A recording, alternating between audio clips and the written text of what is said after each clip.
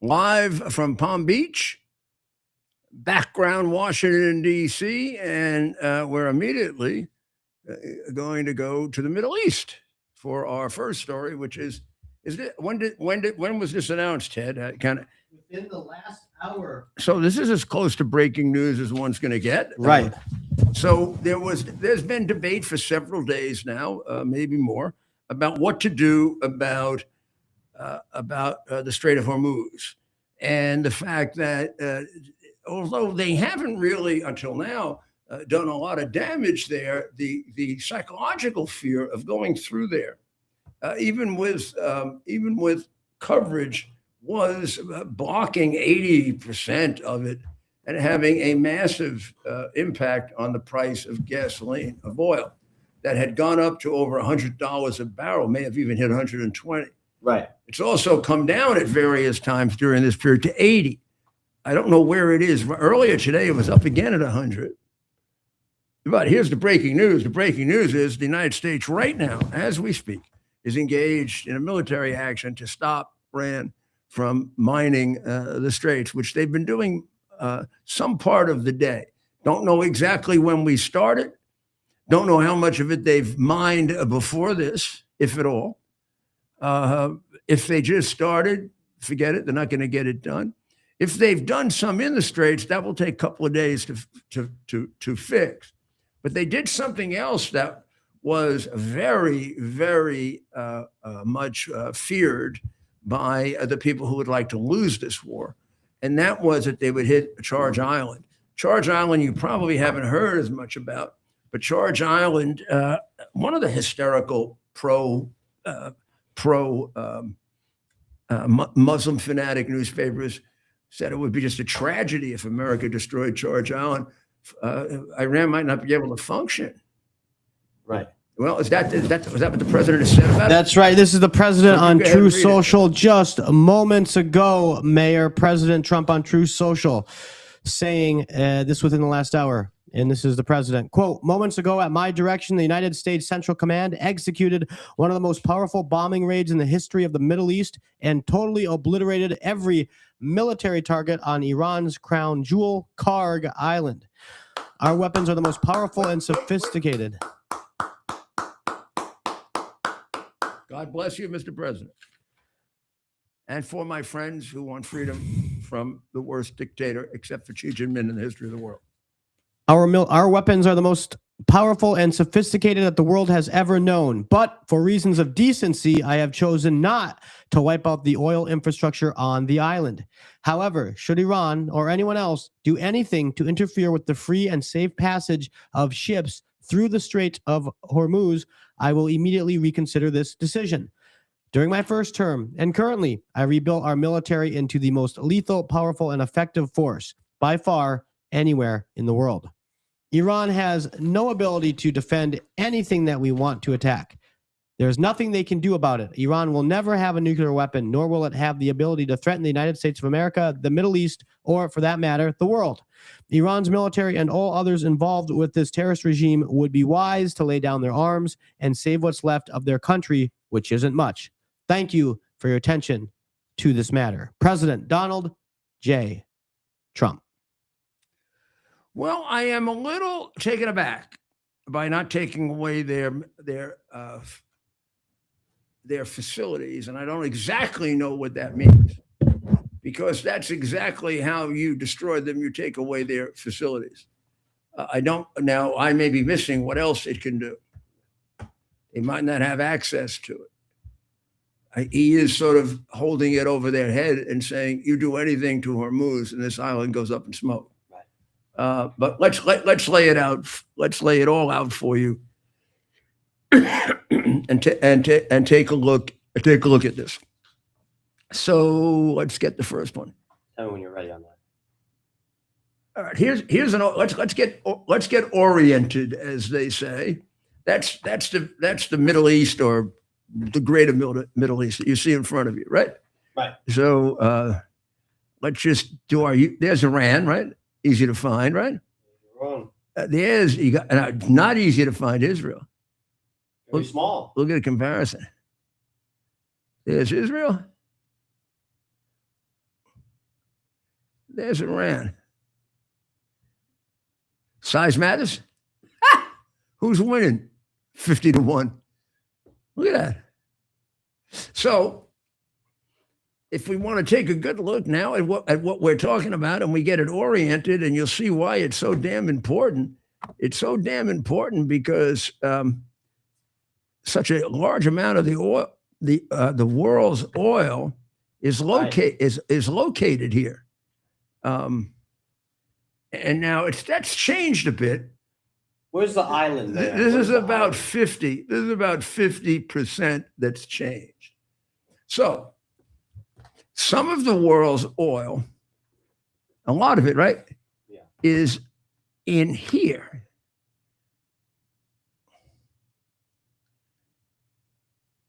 Even up here, right? So now, where's a really nice place to take it if you want to go to Asia? And let me put an arrow here. Asia is east, which is why it used to be known as the Orient, which you're not allowed to use anymore for reasons I don't know.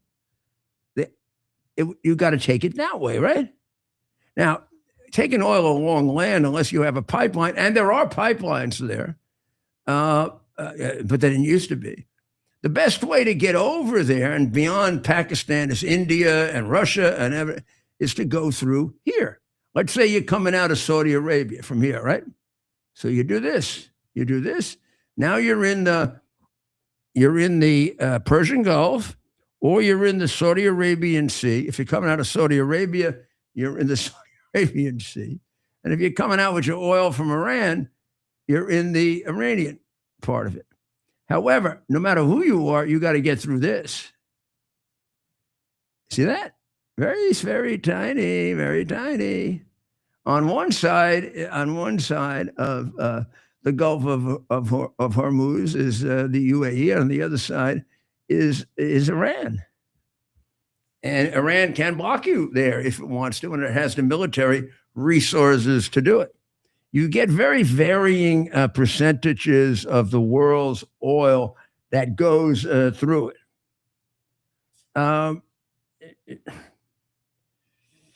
So here's Hormuz is a vital maritime route for 20% of the world's oil. But since it's no percent now, pretty much, of European or American or South American oil, let's just take it up to 40% of Asia's. You don't get your hands on 40% of the oil, you're going under, and that's starting. To balance that on a short-term basis, we've released 172 million barrels of oil, and the rest of the countries have released 400 billion barrels of oil, and that adds up to 562. And it should take care of you for about a month to a month and a half, if not two. But it's going to deplete everything. With the sources of oil that we have and that are going to open up with Iran and with Venezuela, we should be able to make that up. But this is still going to be a tough period. And this asserting this control over this area of the world is very, very, very, very damaging. So now, if you want to take a closer look at Charge Island, well, what's Charge Island? You just told me about that place, but what's this Charge Island thing you're talking about? Well, let's see if I get the big one here. Here we go. I'm going to get the bigger one for you. You just wait, and I'll get you the bigger one. I'll get you. Stay tuned, and we'll get you the big one. So, as the mayor looks for that, of course, here's the bigger one. I do things very quickly. There's Charge Island. Okay. Kharg Island, I believe they call it Kharg Island. Okay. With a K, but I've heard both. So you're looking right now at the Gulf of Hormuz, and you're seeing that they got to approach the Gulf of Hormuz that way, right? Right. Now, I'm going to take you right back to here because this will now start to mean something to you. There is Charge, whatever you want to call it, island right there. There's the Gulf of Hormuz. So what happens at Charge Island, which is 20 miles off the shore of Iran? That's where they set things up. That's where Iran sets up everything that's going to go through the Gulf. Okay? And they have all of their machinery to make sure that the oil is properly stored on the container of compartments of the container ships. You take it out and 70% of the oil goes. Boom. You don't have to bother about it in the oil fields. You just stop them from being able to sell to their most important customers. And they ain't got no customers left. So that's why this island is so important. That little button right there. And as I understand it, we now control it. Now, we didn't destroy it. I mean, there's a good reason not to destroy it if you intend to put this country back together again. This would be a real nice thing to have. And it would be a shame to have to take 4 or 5 years to reestablish it, and you'd create tremendous problems. And if you can, in fact, just render it useless for a while, it'll break Iran's, whatever remains of the Iranian economy. That was a very strategic hit. New York Times will tell you that it didn't work or that it backfired. Or the New York Times was all excited today with the cluster bombs over Israel. Cluster bombs are terrible. The cluster bombs are very dangerous. I would not want to get hit by a cluster bomb. But if you're going to hit me with a bomb, hit me with a cluster bomb, not a tomahawk, please. Here's why. The cluster bomb is coming down, right? Cluster bomb is coming down like this on the rocket.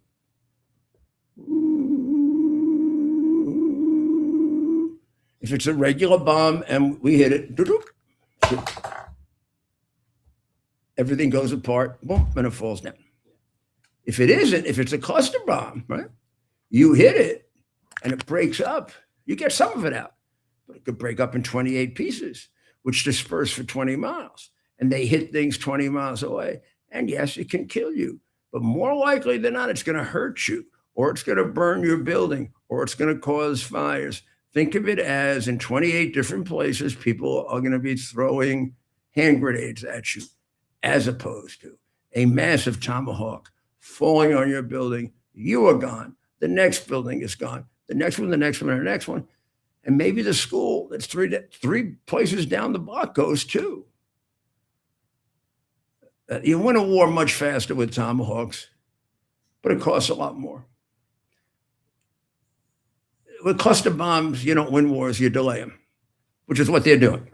And Israel is, of course, handling it about as well as any country has. Their big deal cluster bomb thing yesterday, and I hate to say this because I mean this, but I want to express this correctly. It killed one person. If they had gotten through with their regular bombs, they'd have killed 40. So is that a victory or not? Right. Does it show they're out of the other bombs? Right. But the New York Times won't tell you that. I may be wrong. They could be hiding them, but I'm right that that's a possibility and that I'm being intellectually honest by raising it. And I am correct that they are a bunch of communist swine for leaving it out. So I don't know what they have to combat what we've done at Charge Island. If we have actually physically occupied it, good luck. They're not taking it. I would think if they got within 20 miles of it, we'd blow them all away. So I think we now control that for the rest of the war, which just has reduced the Iranian economy to almost nothing. I mean, this is better than sanctions because the sanctions, the oil comes out and then you sanction it. Here, you never get the oil out. You might as well drink it. No, don't drink it. Just in case somebody's listening, don't drink the oil. All right. So let's see what happens now. The market's off for 2 days. Let's see if those guys go up and down crazy happy or not. If they even understand it. Who knows if they really understand it.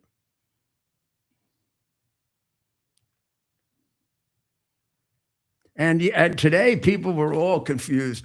And again, I guess since they don't know what he knows, but every little thing that's different, they charge him with changing his mind. Or listen to this article. In a rapid reversal that left U.S. allies stunned, the Trump administration shifted from opposing the largest ever intervention in oil markets, cajoling allies into moving forward in a matter of hours. Because they knew they were going to open the place up. That's why, you stupid jerks.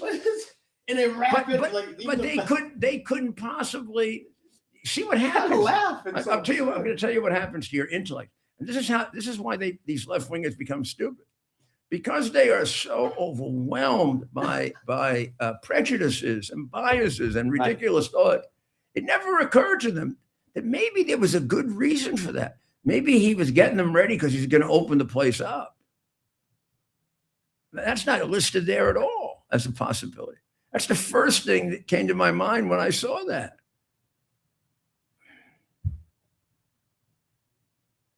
It stuns the allies. I'm going to guarantee you it didn't stun Israel. It might have stunned the morons in England, but it didn't stun it. It may have stunned the Islamic Kingdom of England, but it did not stun. It didn't stun, as I said, Israel or Hungary or any of those like realistic country. Right.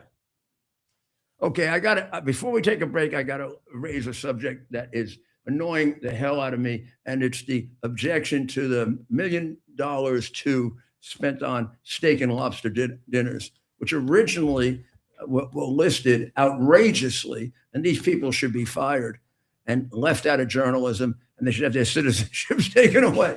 And the ones who claimed that, like Pete Hegseth and General Kane, were getting $1.2 million for steak and lobster dinners. Well, it's not for Pete and for General Kane. The military has a tradition of buying very, very good food for the soldiers every once in a while. For example, I'm aware of this when the SEAL Team 6 or any one of our great special forces go off on, they often go off on like 4-month, 5-month missions, and they're not heard of for that period of time. They bring all their family together. They pick a beautiful hotel. They have a family weekend. They have games for the kids. They have educational events for the kids. They have athletic, friendly athletic competitions. Right. They have many really good dinners, a great breakfast, great lunch. Right. And then they have a ball for the couples at night on a Saturday night, a lover's ball on Saturday night, which I'm sure, at a big hotel, of course, they're spending like you would spend for a wedding. Right. It never occurred to me that we shouldn't be doing this. I was so happy that we did do it. But these people Ted, they're not Americans. They don't love our army. Right. And I want to play this clip. How can you not love our army? As an American, you love these armies that rape and kill. Right. Well, did you hear Tucker Carlson's description? Yeah, it was of unconditional surrender. Crazy. Unconditional surrender is that you surrender to rape and torture and the taking of your children, because unconditional means they can do anything to you. Crazy. Now, the guy who took him on did a better job than I could do of ripping him apart. Which guy? I mean, I don't know who he was. If you can find, I have it. I'll play it. Hegseth responded to it. Oh, Pete did, but he's gone crazy, Ted. Yeah. He's a friend of ours, or was. Right. He's gone crazy. I mean, from the time I did, and I hope you still have it, I haven't. I did the analysis of his interview of the Nazi guy. The president let him off the hook because he just asked the questions, and I let him off the hook originally for that reason too. But then I listened to it, and I said, no, he was for him. He was like extraordinarily dishonest in the way he answered the questions. There's no way that an honest journalist doesn't ask why for certain things. Like, explain to me how you fell in love with Hitler. When did it happen? Was it young or? And then all of a sudden, in the middle of everything, he says that he loves Lenin too. To which Tucker feigns some surprise and says, we'll circle round to that. And I listened to that recording 4 times to see if he even attempted a circle. He never even moved to the left or right. He avoided that thing like the plague. That's the thing where you rip him a new backside, which might be, in his case, a very bad description. But in any event, the rest of it is insane. Right. Absolutely insane. How about this? Tucker does say one intelligent thing, about the only intelligent thing he said in about 4 months, that he doesn't buy into the blood libel.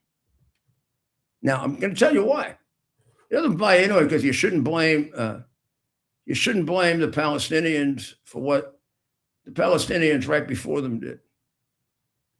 Now, the difference is they're still doing it, but okay. Yeah. All right. You don't believe in the blood libel.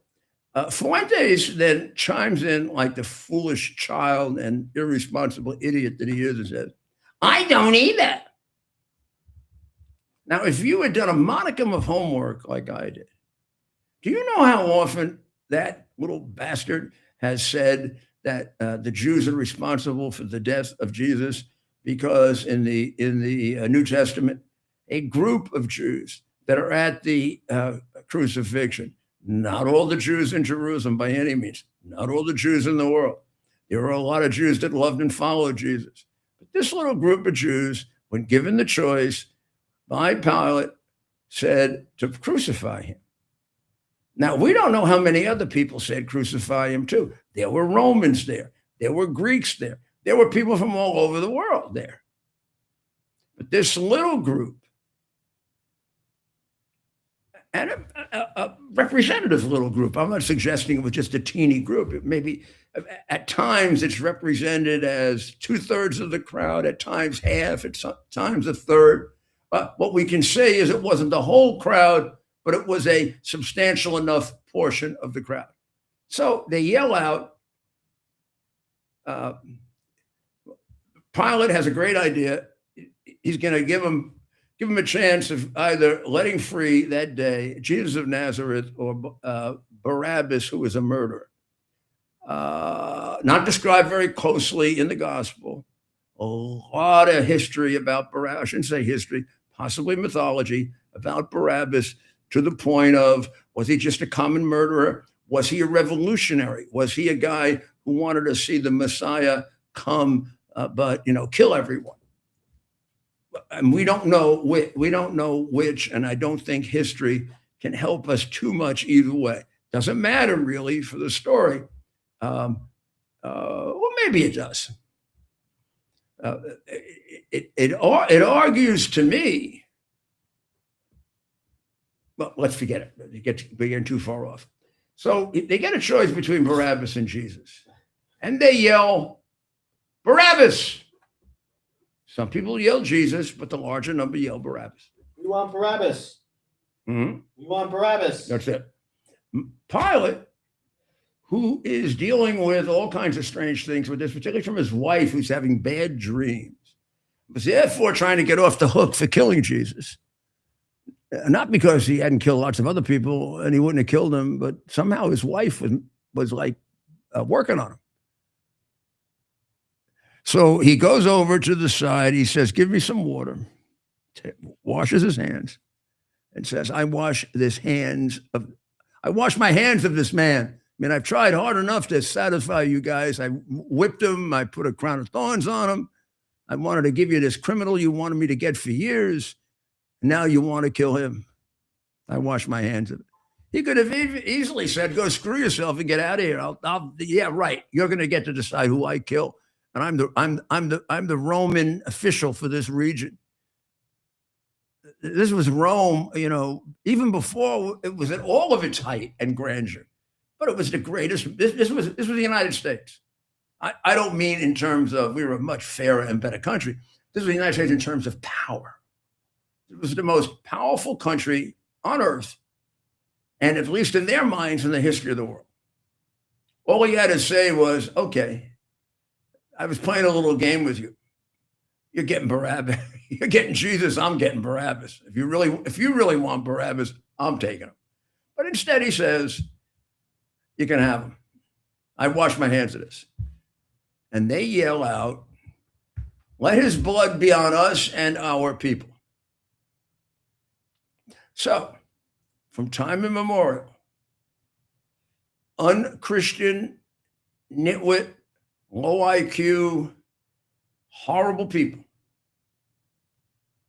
have interpreted that to mean that the Jews are responsible for the death of Jesus, that the Jews of their day are responsible for the death of Jesus, like today. Now, that requires the following exercise of your head. This is what I wanted to answer Fuentes, because Fuentes believes this. I have him on tape explaining it and how the Jews are responsible for the death of Jesus. And Tucker, who has completely deconstructed, never bothers to challenge him on this. Makes it sound like, you know, he's okay for thinking this. I just want you to sit back and just calm down for a second and think out how this can't be possible and how it has to indicate there's something a teeny bit insane about you to believe this. Please think about it. And I'm going to take a break now while you're thinking about it. I think it's good, you know, to think about this. I want you to figure out why what Fuentes said and what Carter. What's the difference? Tyler, Carter, they're all the same. Right. They're sick people. So let's sit back. You think about it. Why would you be insane to think that 2,000 years later, some Jewish guy who's your neighbor is responsible for the death of Jesus because this bunch of Jews, or whoever they were, right, or other people too, took responsibility for it 2,000 years ago? We'll be right back.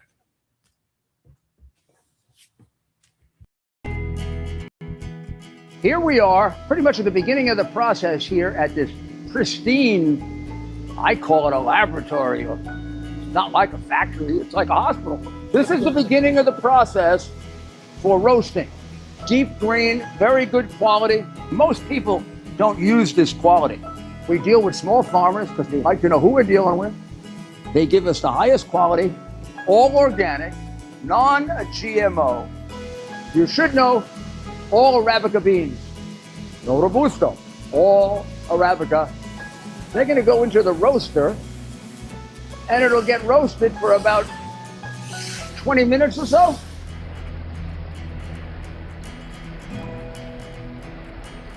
Oh my goodness, look at these. My goodness.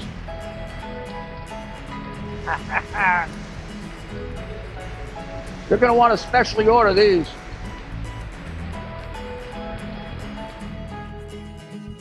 This is what goes into Rudy's coffee.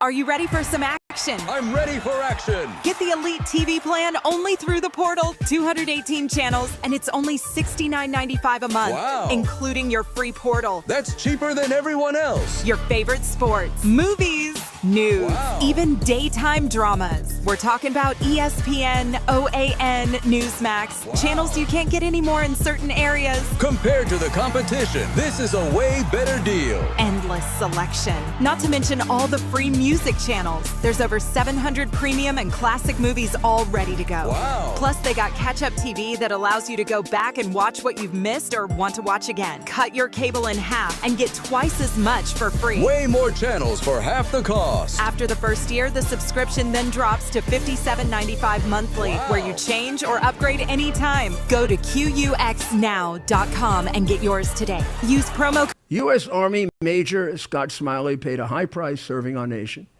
Scott was leading his platoon in Iraq when a blast sent shrapnel through his eyes, leaving him blind and temporarily paralyzed. Scott would become the first blind active duty military officer before medically retiring years later.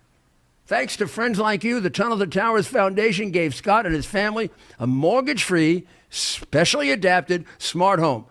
Show your support for America's heroes now. Donate $11 a month to Tunnel to Towers at T2T.org. Ted and I are having a very interesting conversation. You know, we shouldn't even take breaks. We should We have allow the best conversation sometimes. We should play the break after the advertisement. Or for exclusive subscribers, we'll get the breaks. Yeah, exclusive subscribers. They get Have to hear what pay we're a doing. toll. I wouldn't ask you to pay a New York City toll. Because what are they, about $450? Oh my gosh, it costs $80 just to go into Manhattan now. Oh, but for the rich, it's $1,000. Yeah. Oh, that's right. You know what's going to happen in New York? They're going to put R on you if you're rich. R on your head, Then you got to pay double. unless you're a Muslim or a communist who are rich. But then And then they want you, and then they Like, pay you. They pay you. Then they give you a credit President card. Mondumi is very rich. He got a lot more money than you and me, Tim. Whatever happened to the separation of church and state? Where are all these liberal? I meant to bring this up. Sorry to. We saw that Muslim prayer how in about the this? Gracie Mansion. Where the hell are where are these Democrats that used to cry about separation of church and state when it was a Christian? Sorry, that just hit me. They did away with the chapel in City Hall. What? They did away with LaGuardia used to do his weddings in the chapel in City Hall. When I got interested in doing weddings, because I was really like gung-ho on doing weddings. Yeah. I said, get me the chapel. And I found the chapel is being used now. It's been all changed. Doesn't even look like a chapel. So then I said, well, I'm going to make it back a chapel. And then I had this ruling that you couldn't use it as a chapel. And I said, well, what if I do weddings? He said, well, you can't do religious weddings. I said, well, F you, I'll do any kind of wedding I want to do. So I would invite a priest or a minister who didn't want to do, if the couple didn't want to do it in a church, but more often than not, if it was a religious wedding, I would go and be a co-minister with the priest. I once did one with 11 rabbis at Temple Emmanuel. If they don't mind, I'll tell you who they are. You know them. You know the couple that I marry. Right. And I'm standing up there. I felt so embarrassed. I'm the only non-rabbi up there. They may have had like a Orthodox priest too, a friend of theirs. They're a very wonderful couple, and they have like friends all over. And I don't know if a more Orthodox Jewish community would allow it. A lot of churches wouldn't allow quite that either. But this was the Temple Emmanuel is known by, and I have friends all across the spectrum of the Jewish community, from the most Orthodox religious Jews. I probably don't have friends at the far extreme of the Orthodox or Hasidics that are anti-Israel, that are depicted in the movie Chosen.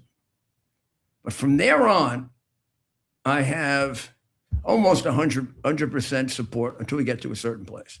So we start off with the most Orthodox Hasidim, Right. The group that was against Israel, like, for example, like the Satmars, who have now changed their minds. Boom, they're on my side. The Lubavitchers are my favorites and love me and I love them. And the rabbi, I receive more blessings by the rabbi than any candidate, including Ed Koch, who was Jewish, who was a teeny bit embarrassed of the Hasidim, and I wasn't. because I actually believe, I see that in my own religion. Not just the overall Christian religion with people in Pennsylvania, the Amish and whatever, but even in the more traditional religions, those monks in Roman Catholicism and Orthodoxy, those monks are pretty crazy. You would consider pretty crazy. Right. Quick thing, we got to fix the flag on your, I think you bumped it and now it's upside down, which I think we only do, nope, a little more. Other way? Keep going. Let's see it. There we go. Good, all better. Must have bumped it. Very, very good points, Mayor. And so now here was the issue. The issue was they had a Muslim thing there, but more important than that, the guy pointed out why they shouldn't have a Muslim thing there. Because toward the end of it, he gave a Hamas salute, indicating the truth of the religion, that it's a religion of terrorism. right. Now, this is going to get me in a lot of trouble, and there will be a lot of good people who disagree with me and say I'm smearing people and I'm doing this and I'm doing that. And I'm going to try to explain this to you honestly, and I haven't the slightest desire to smear anybody or to hurt anybody in the exercise of their religion, because I think it's a beautiful thing to exercise your religion.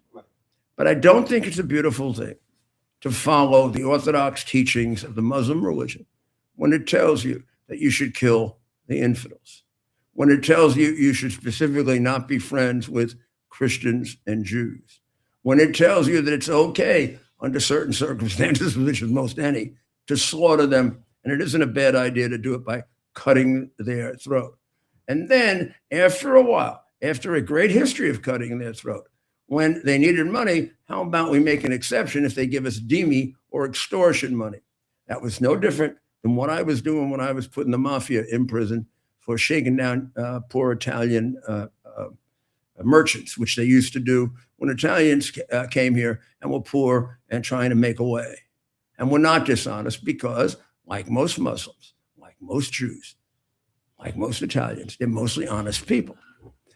However, the difference is that most Christians, most Jews are honest people, but they don't have a religion that at the core of it tells them that the purpose of their religion is to convert the world to them, and that, like communists, anything is moral in that pursuit. Judaism doesn't teach that. Christianity doesn't teach that. Has Judaism and Christianity, have their people been led astray and committed wars and murder and some of the most horrible things ever? Yes. But can they go back and find the justification for that in their religion? If they go back to the 10 Commandments, they can. If they go back to Jesus Christ, they can. You can go back to a just war, but it better be really a just war. Otherwise, you violated the law of God. It's not a war of self-defense. When a couple of years after you were established as a religion, your successor takes your unbelievably brutal army that you, Muhammad, established, takes it across the Persian Gulf or the Arabian Sea, invades Iran, wipes out the Zoroastrian religion, and forces every Iranian to go from being a Zoroastrian to being a Muslim. That's how it began, and that's how it's continued. The rest is just history. And what those people are doing that attack the World Trade Center, what the people are doing who attacked Gracie Mansion, what the guy did when he drove into the synagogue in Michigan, what those two spoiled, decrepit, horrible little shits that came there on Sunday and tried to throw these sophisticated devices at a young man they disagreed with. They were exactly the group that came out of Mohammed and went and took Iran back in the 7th century and killed all the Zoroastrians and made them Muslim. In fact, he was so dedicated, he wanted to write it out and tell you, I'm spreading Muhammad. I'm spreading Allah. Right. Now, if there were a Christian that showed up at a Jewish rally and he had a bomb and he threw it, and when he threw it, he started yelling, Hail Jesus, Hail Jesus. And then when the cops arrested him, he said, wait a second, I want to write this out. I went and killed those Jews because of Jesus. Well, would there be an unbelievable world conflagration about this? But here's what the answer would be.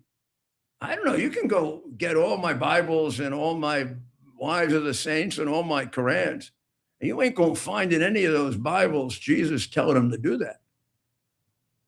If he did it, he's not a member of this church anymore. The other guy, the guy who drove his car into the synagogue to go after the little children, according to the Quran, which I can go read it to you, but it's so boring. You can trust me. I've read it to you enough, and you just go read it. That guy, according to their religion, is now sitting in paradise with 72 virgins. That is what it says, and don't let them lie to you. Go read it yourself. Because by lying to you and getting you to believe that, they're going to get you and your children killed. This isn't a joke anymore. It isn't a debate, a high school debate. It's about, they want to kill us. And they got a lot of people here, thanks to Biden, that'll do it. And we have got to be ready. One of the people that's exceedingly dangerous is the mayor of New York. Now, he's not dangerous as a political movement. I'm not saying he's dangerous like AOC is dangerous. She is very dangerous. She can move us toward communism. He's dangerous in a situation where you can more immediately lose your life. The movements that he supports are as if we had a mayor that supported the mafia. Maybe he wasn't a member, but he was a big supporter. And his father might very well have been a member. He and his father support murderers. He had over this guy who did everything he could based on hating Jewish people to disrupt Columbia University, including things that led to the burning of buildings, the beating up of people, the destruction of property, and numerous cops being hurt. That's the reason why we want to deport him. Aren't those good reasons? Not for the mayor of New York, because he is following the world view of the mayor of New York, which is he is moving the world toward Allah and Muhammad, even though it may result in the killing of massive numbers of people or of children. Now, just in case you think it's just him, his wife is a desecration. I can't even believe they're living in that house. They got to be haunting it. Well, I'm sorry, Mayor, you're not going to like this. What? Put this up. Oh, just some video. You're not gonna like of Madame Mondami? Oh, this is when the guy gives the signal. This is your old house. Yeah, that's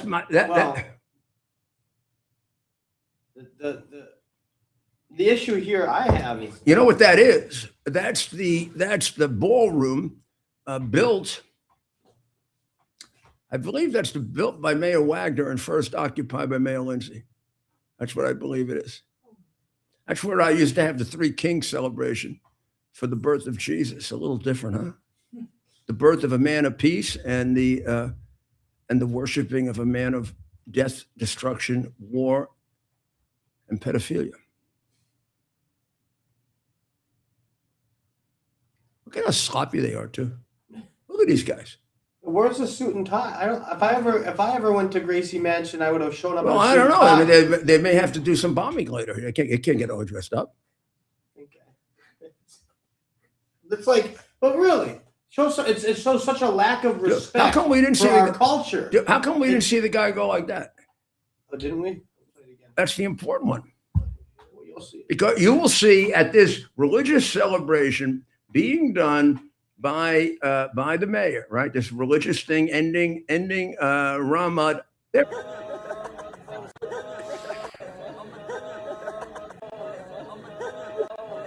Now, if you would like to go back to the bombing, you will see that at the bombing, one of the two guys goes like this.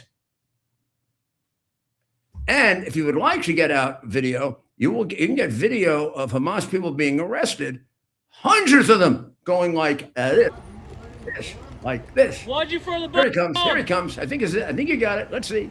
Watch. See it? See him? See him? See him? Did you see him? You think I make these things up, huh? I'm good, right? I catch all these guys so fast. I know the police department is great and she's great, but I did so much more than they did. It'd be over. This wouldn't even be a contest with these little jackasses. There it is. You see it? That is that. Now, if you think I'm now, I should have dug them out. There are all kinds of pictures the Israelis have. See them? Of now we could go to Hamas killers as they are either getting arrested or being released, and you'll see them going like this.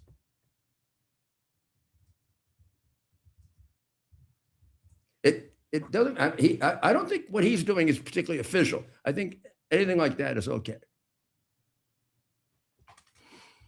That means they are part of the group that organized October the 7th and killed men, women, children, raped children in front of their parents. But we don't want to let the pathetic last lady of New York off, Rama Duwaji. She provided artwork for an essay book compiled by an anti-Israeli activist who has described Jewish people as, these are rather moderate statements, vampires, demons, ghouls, and celebrated the October 7, 2023 attack. Duwaji, a Syrian-American artist. Is she as good as Hunter Biden? What name is this? No, this is you don't know Rama Duwaji? Our terrorist mayor of New York wife? Duwaji, a Syrian-American artist and First Lady of New York, drew the lead graphic for A Trail of Soap, an essay published by Susan Abul-Hawa in the Slow Factory's latest issue of Everything is Political magazine. Abul-Hawa is a staunch critic of Israel and has been criticized by the ADL for her inflammatory rhetoric on the Jewish state. And she's described the barbaric attack of October 7 as absolutely necessary and needed. Quite a looker too, huh? Wow. What is that her? That is her. This is getting all that attention for that? She must have money. What the hell would he marry her for? So is she also a communist? Yeah, want to take a look at that? You want to look at that, Madeline? I mean, take a look. Tell me. I mean, I'm just being practical. She's close to Soros. What? She's close to Soros. She's close to Soros. She looks a little like them. Yeah. Now, that's a much better picture, I will admit. Maybe the angle was a bad angle and I was being unnecessarily judgmental. That is a much better picture. And that's a scary picture because who is that? Her? That's her. I'm going around here. She looked a lot skinnier than that. Look at the big shoulders in that one. What is that? That's not her. That's her. Is this? That is indeed her. I'm trying to find. AIs and I wonder if she's going to be involved in all that missing money like Mrs. De Blasio was. right. Mrs. de Blasio, according to Mr. de Blasio, when he first ran for mayor at his first debate, changed from being a lesbian to being a heterosexual to be married to him. But then as soon as he left being mayor, she left him, which suggests that she changed from being a homosexual to a heterosexual because she wanted to be first lady and she didn't want to be first gentleman because he could have been the wife and she could have been nowadays if you come into Gracie Mansion, right, you have a wife and she says, I don't relate anymore as a woman. What does she become? In New York, I know what, really, even I don't know how this guy can be a Muslim. The Muslims are as strict as the Orthodox Jews on the fact that they're just two sexes, two genders, male, female. In fact, they're so strict on it. They follow the old Testament rule. You get killed. The penalty for homosexuality, originally in the Old Testament, in the book of Leviticus, is death. Same thing in the Quran, except it's been changed. It's changed a long time ago. In Quran, it hasn't been changed at all, and they still do it. And the gay groups in New York want Hamas to take over. Hamas would love to get them. They throw them off the buildings. You know what they do? They'd put them in a big DEI facility, and right below it they'd put the Hamas headquarters, and then they'd blame the Israelis for killing them. I got them right? Yeah, oh yeah. Well, what are the president's choices at this point? There are people that are worried that he's going to get out too quickly and that he's going to get out too quickly because of the market, because of the price of oil, because of. He is not getting out of it too quickly. He would not have done what he did today, which is to neutralize the island where they store everything and virtually destroy them. If they can't use that island, their economy stops. It stops. Cuba will look like it is abundant with food compared to them in 3 or 4 days. He is now challenging the people to rise up because when you hit their stomachs, they rise up. That's what happened to the communists. Are you showing the island? Yeah. I mean, it looks small on the map that I showed you, but it's a fairly large island, 30 miles north of the Strait. It was predicted a week ago that we were ready to take it. And of course, the question then was how tough he wanted to be on them. Because the minute he took it, he basically, whatever oil they've gotten out through the strait, this is it. There'll be no more.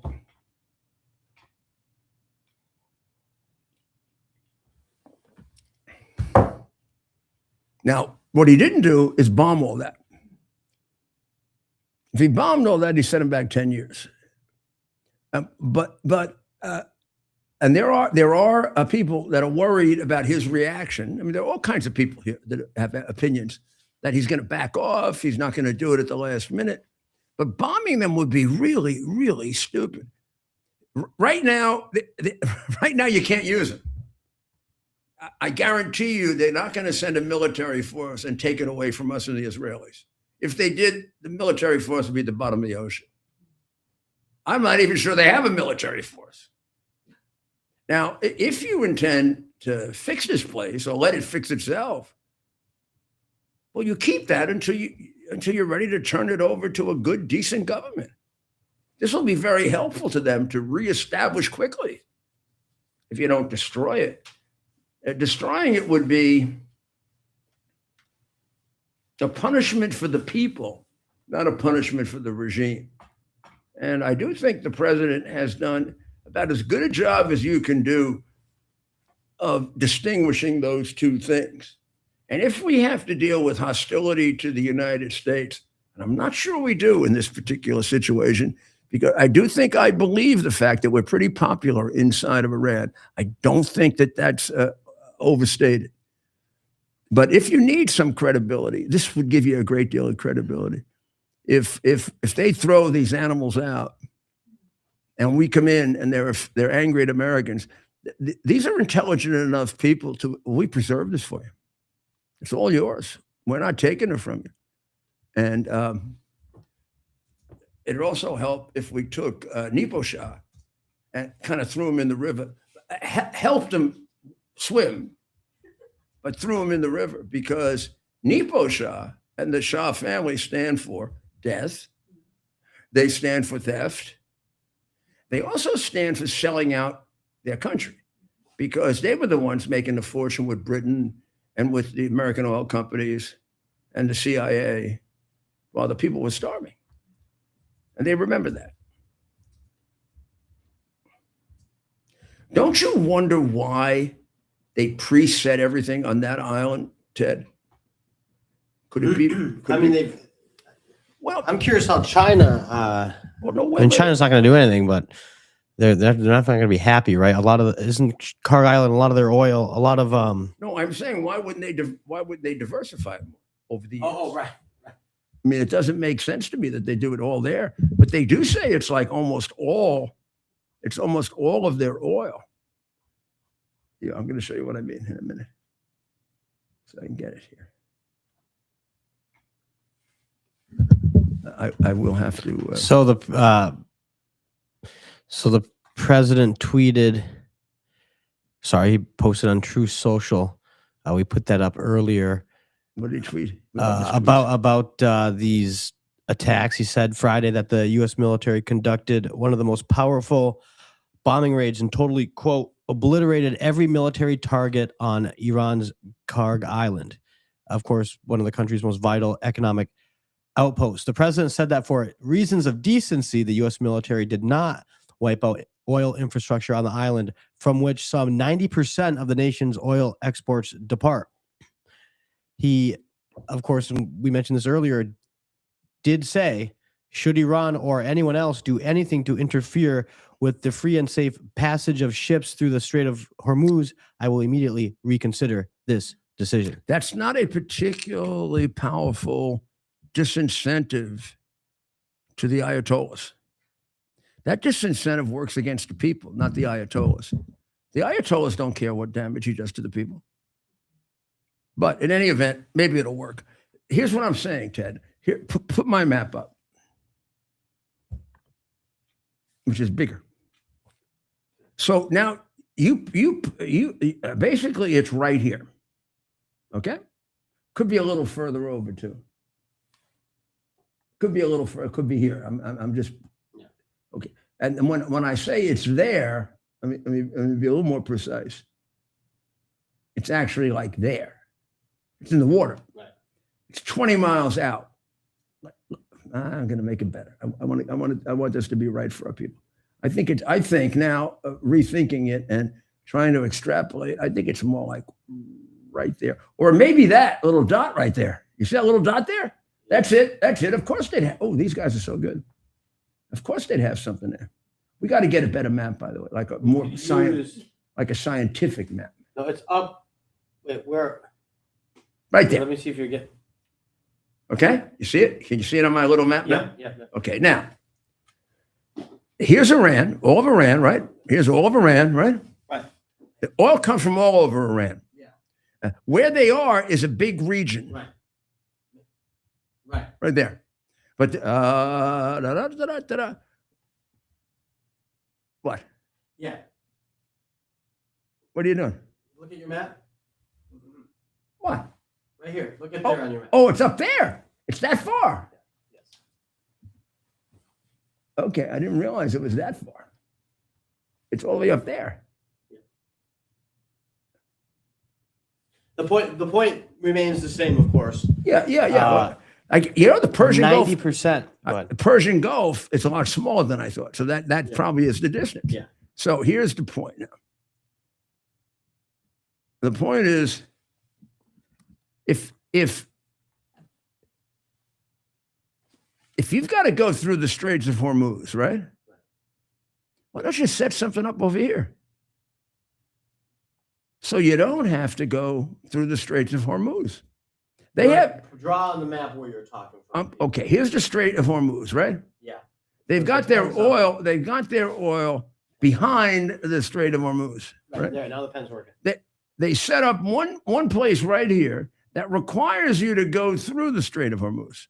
So why don't you set up an alternative port over here, and then you don't have to go through the Strait of Hormuz. You go right into the Indian Ocean, and you avoid this little crap. Right.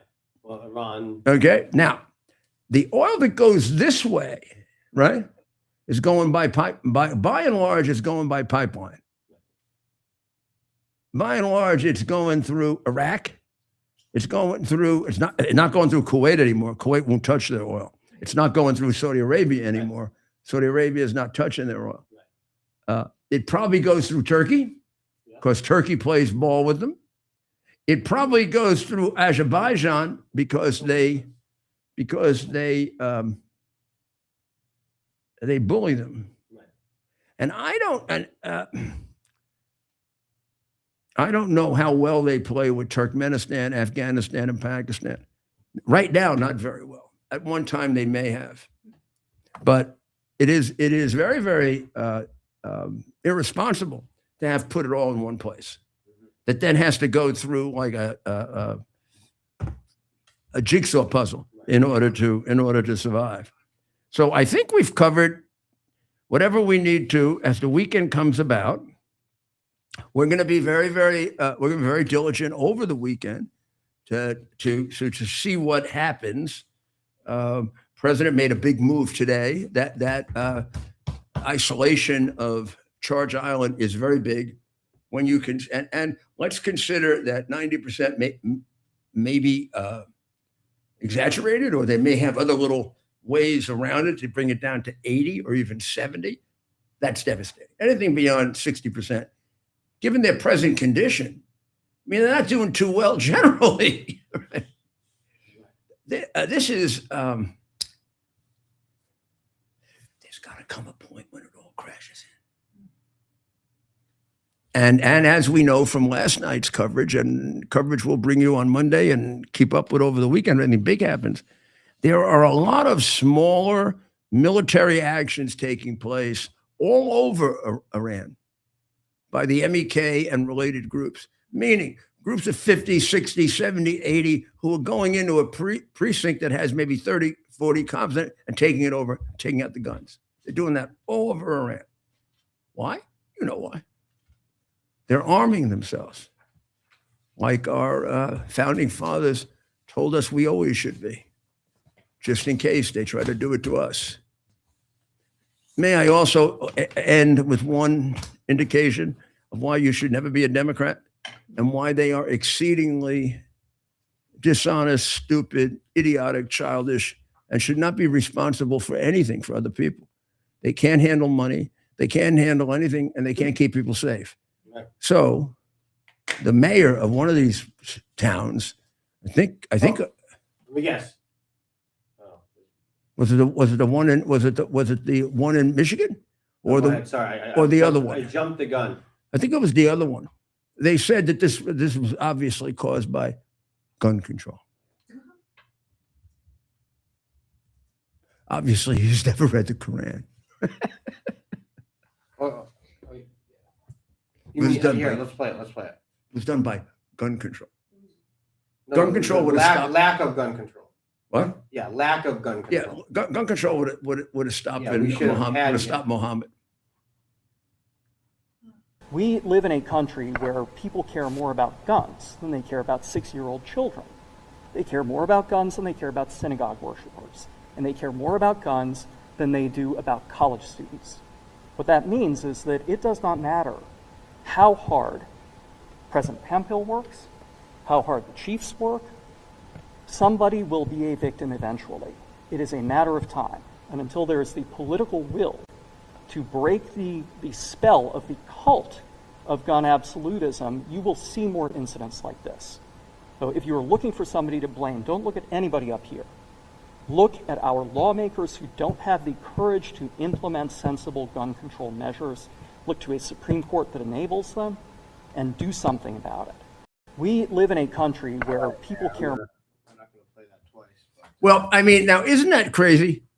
This guy is killing you to spread Islam and to kill Jews because Muhammad told them, in no uncertain terms, to kill Jews. First, he begins with saying, don't be friends with them. Then he says, kill them. And he doesn't say it once, doesn't say it twice. He just basically says it all the time. There are 107 invocations by Muhammad to violence in the little tiny Quran. There are no invocations to violence by Jesus Christ, but Jesus Christ was just a minor prophet, according to Muhammad. He's like a little guy. He's more important than Muhammad. So there was a point he liked the Jews better than the Christians, because the Jews were at least monotheistic. The Christians, I mean, he couldn't possibly get the concept of the Trinity. This could be because he was a dope.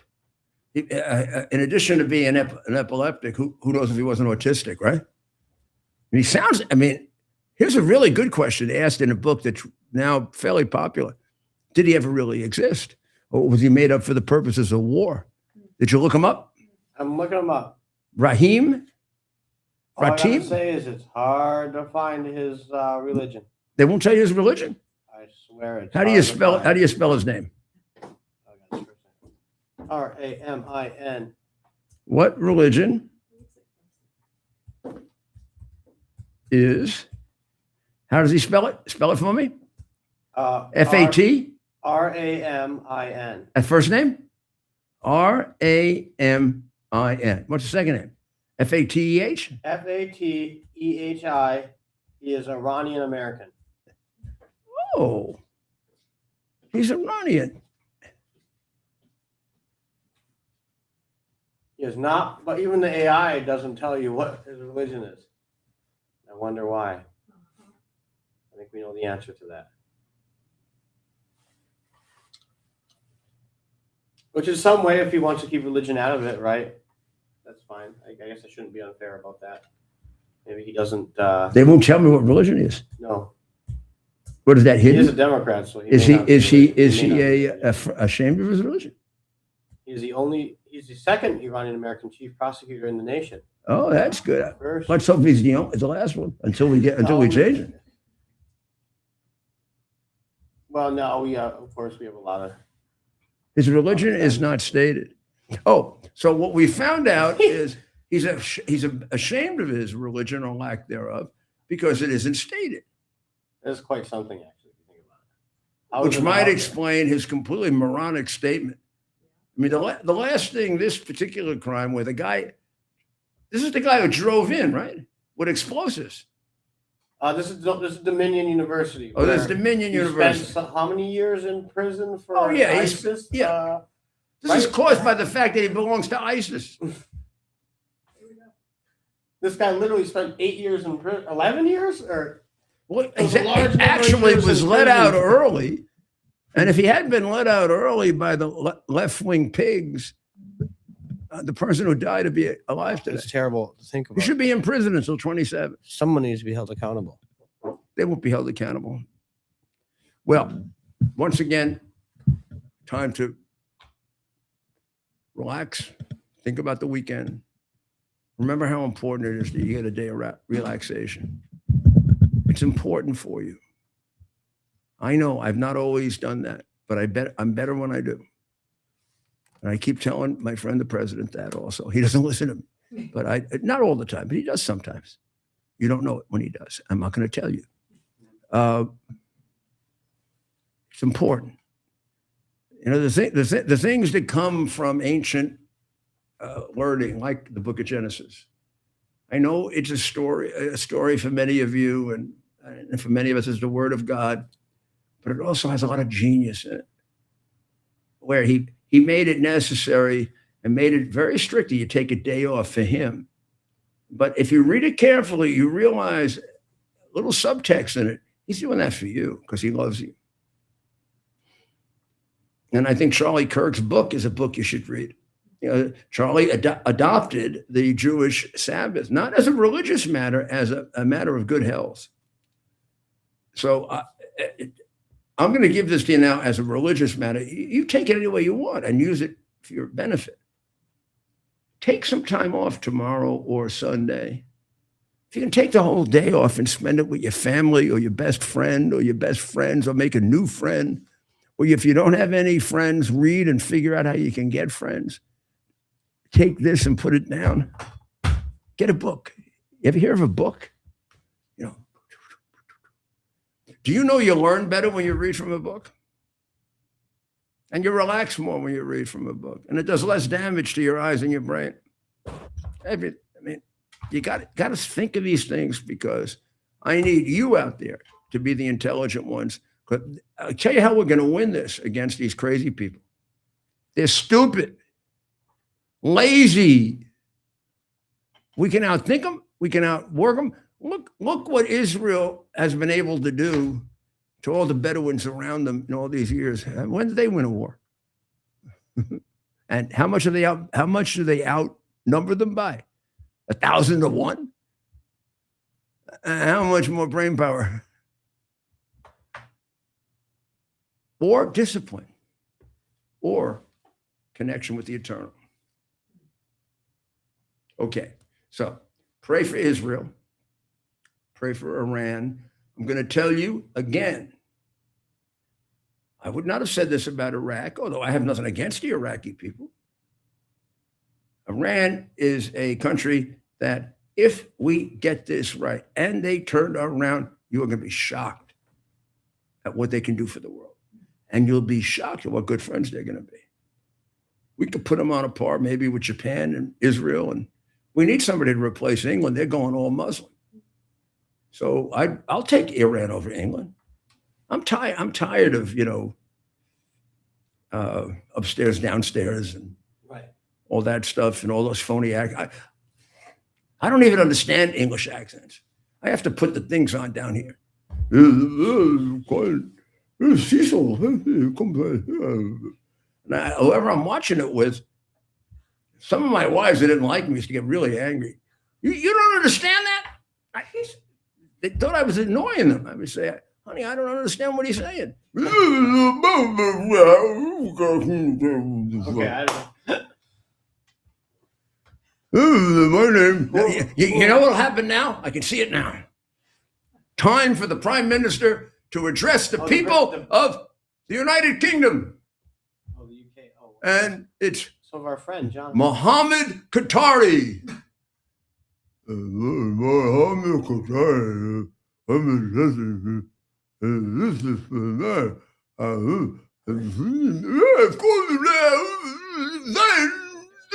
Of course. Are you? Is this the House of Lords you're imitating? No, not the House of Lords. It won't be the House of Lords anymore. It'll be House. It'll be that. The lower house. The lower house I have. House of Commons. The lower house I have figured out. It'll be the House of Camel Jockeys. For a special reason. Keep them motivated. They won't show up if you don't provide them with camels. They won't show up. They eat camels. They eat them. And then the House of Lords will be Well, the people who have stolen the most oil from Iran, because the British have been stealing Iranian oil since the beginning of the last century. Well, before I get myself completely destroyed, it is time to say goodnight. And again, please, I left out the people of Ukraine. You know how much I love them. I didn't say Zelensky. There's nobody that knows more about Zelensky than I do.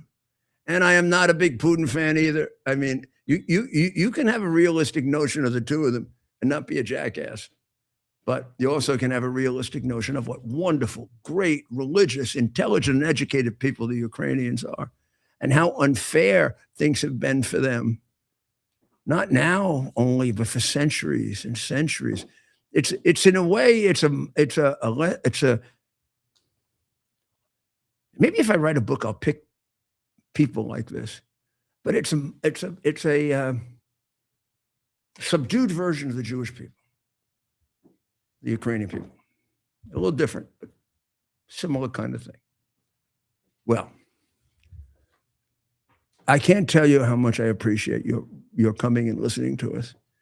It is so, it makes me feel so good that maybe I can help. And if I'm doing something that I shouldn't be doing, or I'm doing something you think I should be doing, boy, they send me all kinds of suggestions and we look at them.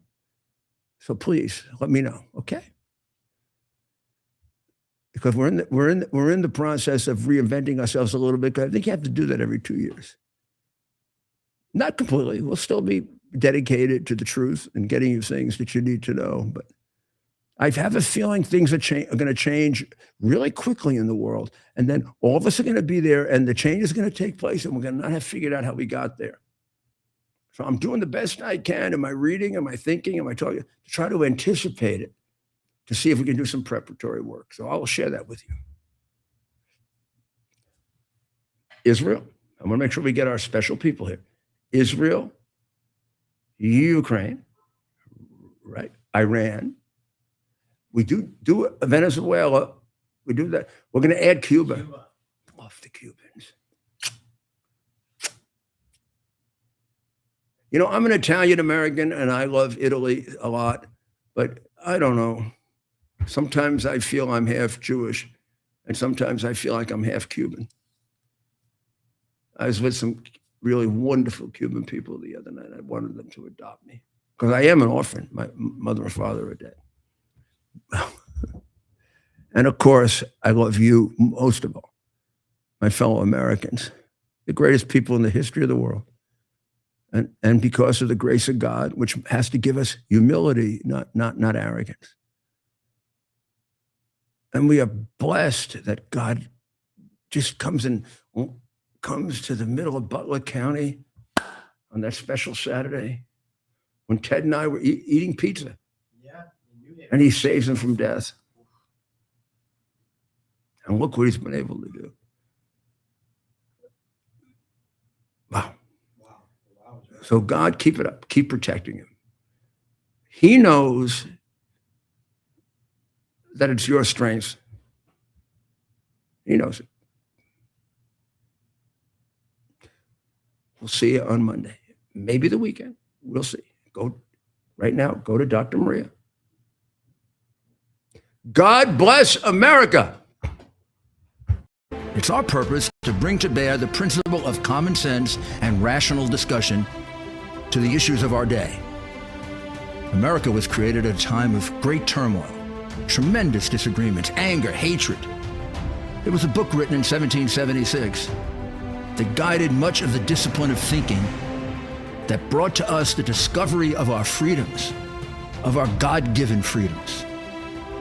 It was Thomas Paine's Common Sense, written in 1776, one of the first American bestsellers, in which Thomas Paine explained, by rational principles, the reason why these small colonies felt the necessity to separate from the Kingdom of Great Britain and the King of England. He explained their inherent desire for liberty, for freedom, freedom of religion, freedom of speech, the ability to select the people who govern them. And he explained it in ways that were understandable to all the people, not just the elite. Because the desire for freedom is universal. The desire for freedom adheres in the human mind, and it is part of the human soul. This is exactly the time we should consult our history.